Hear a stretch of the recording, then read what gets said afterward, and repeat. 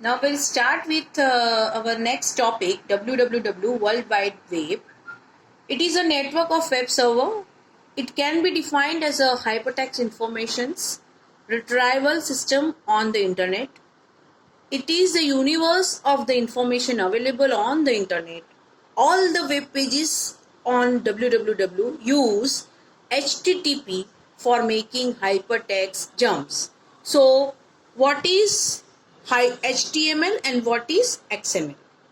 So, first of all, we'll see what is www. So, www is a World Wide Web.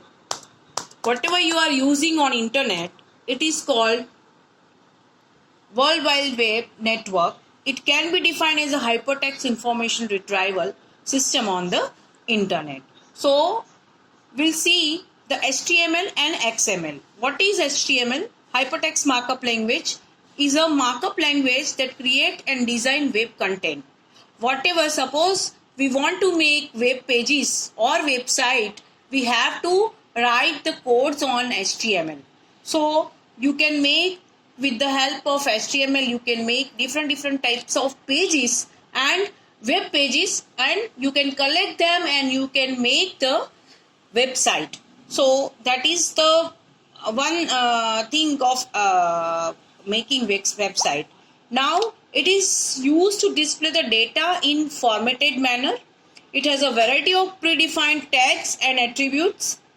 So HTML is not case sensitive.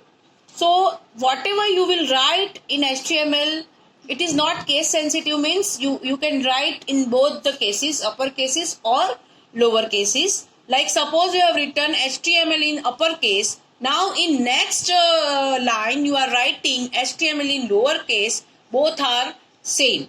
So it is not a case sensitive. Now a HTML document has the extension .html, HTML or HTML. HTML document have a head and body. You can see here the head HTML format, HTML, then head slash means up, you are terminating the head tag, and then you are starting body tag, and whatever you want that you have to write in body tag main things, and then you can terminate the body tag, and at last you have to terminate the HTML tag. So this is the format of HTML. Now come on to the XML, Extensible Markup Language. Is a markup language that is self-descriptive. It is used to carry, store or exchange data. It does not have predefined tag.